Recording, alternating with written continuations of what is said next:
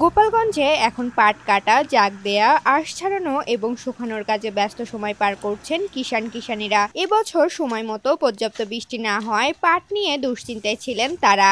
তবে সম্প্রতি ভারী বৃষ্টিতে বিভিন্ন খাল বিল ও নিচু জমিতে পানি জমেছে, যা পাট জাগ দেওয়ার জন্য উপযুক্ত পরিবেশ তৈরি করেছে। এই সুযোগে কৃষকরাও পুরোদমে কাজ শুরু করেছেন। কাশিয়ানী উপজেলার কৃষি কর্মকর্তা ইজাজুল হক জানিয়েছেন, চলতি বছরে জেলায় প্রায় ৭,৭২১ হেক্টর জমিতে পাটের আবাদ হয়েছে এবং আবহাওয়া অনুকূল থাকায় ফলনও ভালো হয়েছে।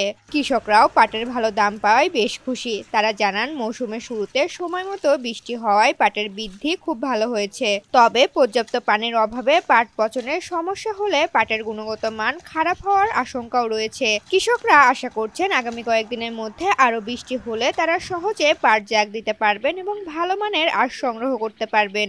বর্তমান বাজারে নতুন পাট উঠতে শুরু করেছে এবং অনেক কৃষক ভালো দামের আশায় পাট শুকানোর প্রস্তুতি নিচ্ছেন। সকাল থেকে সন্ধ্যা পর্যন্ত মাঠে মাঠে চলছে পাট কাটার কাজ।